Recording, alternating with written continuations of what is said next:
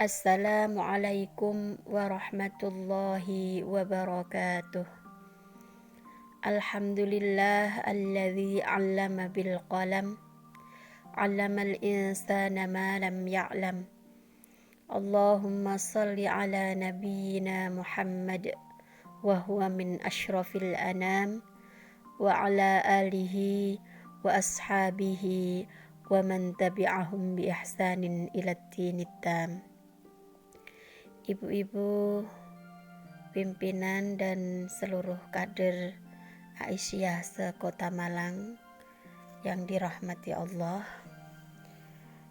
Tanpa terasa kita sudah masuk di hari-hari terakhir bulan Ramadan, yakni suatu bulan di mana salah satu malamnya di sekitar tahun 611 Masehi, Allah menurunkan kitab suci Al-Quran kepada Nabi Muhammad yang sedang bertahanus atau merenung untuk beribadah di Gua Hira di atas Jabal Nur di Mekah.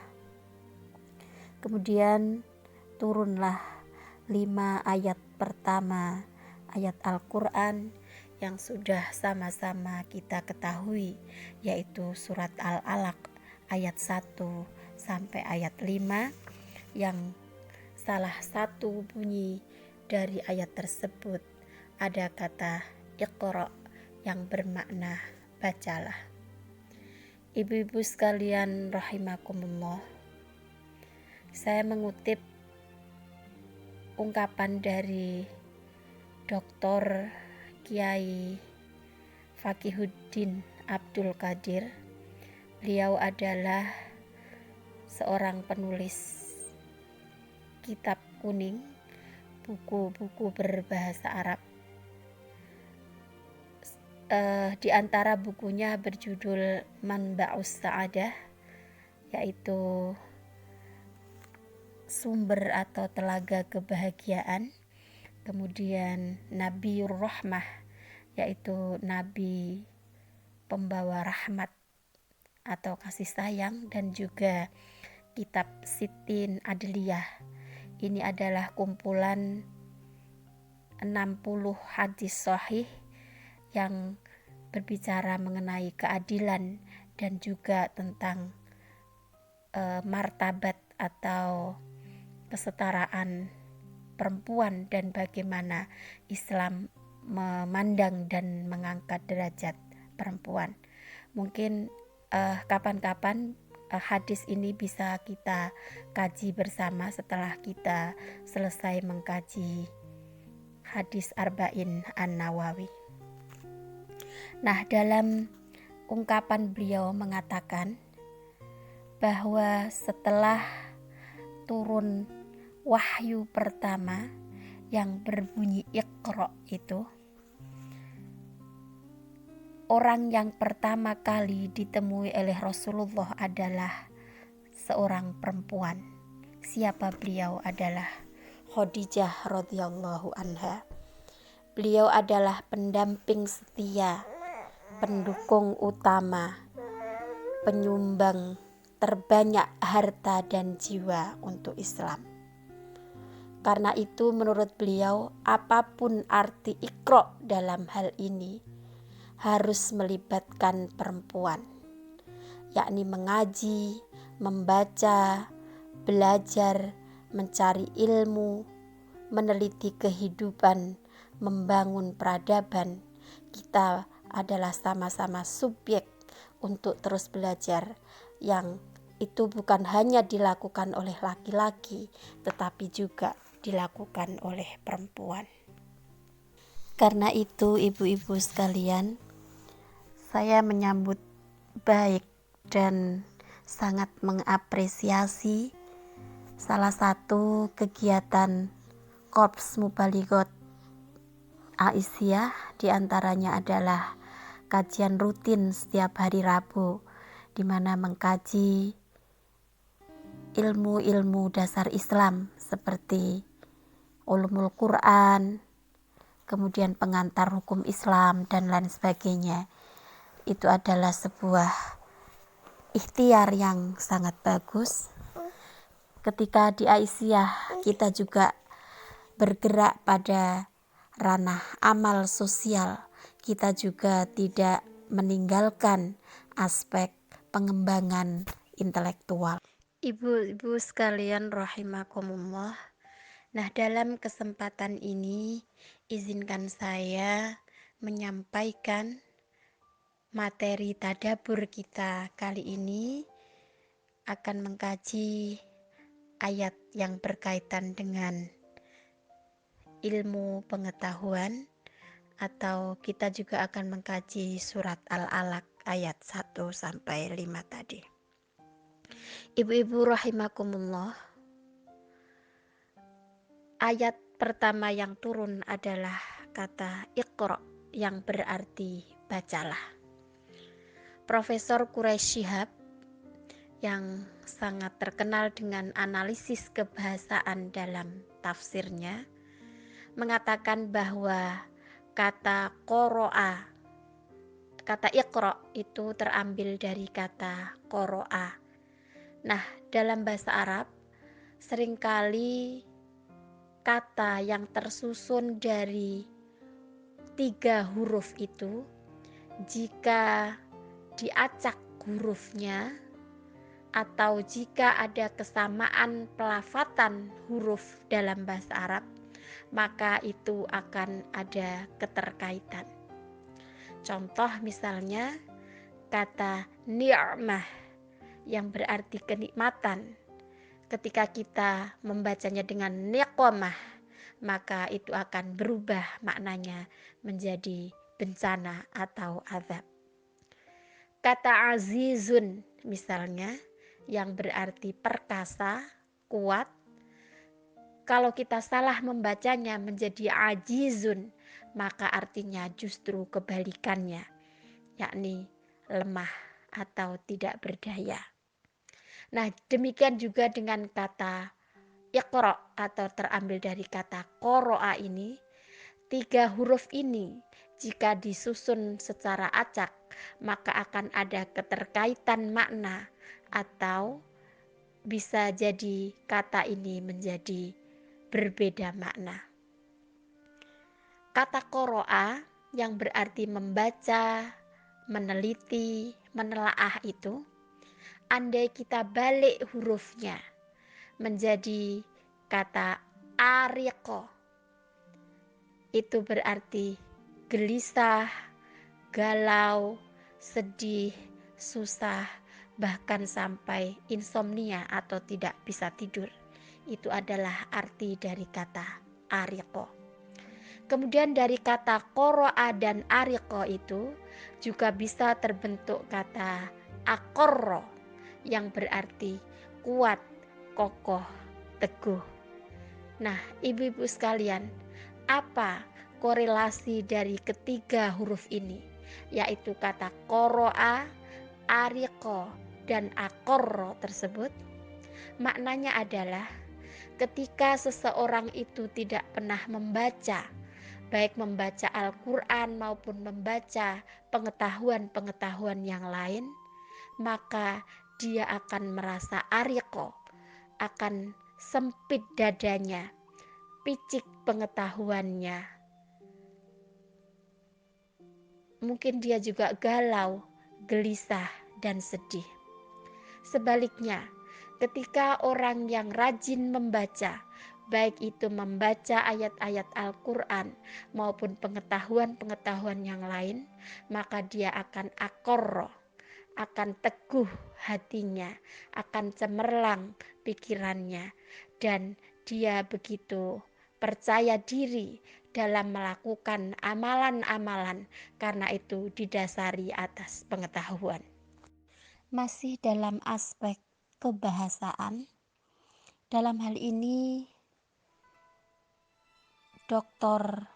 Kiai Ahsin Sakho Muhammad, seorang ahli qiraat, menganalisis kata A'udzu billahi minasyaitonir rajim. Iqra bismi rabbikal ladzi khalaq. Khalaqal insana min 'alaq. Iqra wa rabbukal akram. Alladzi 'allama bil qalam. 'Allamal insana ma lam ya'lam. Menurut beliau, ada hal yang menarik perhatian kita dari rangkaian 5 ayat tersebut. Dari 5 kata atau kalimat itu, ada yang terulang 2 kali dan ada 5 kata atau kalimat yang tidak terulang. 5 kata yang terulang itu adalah kata iqra yang berarti bacalah, kemudian kata Rob yang bermakna Tuhan yang mendidik.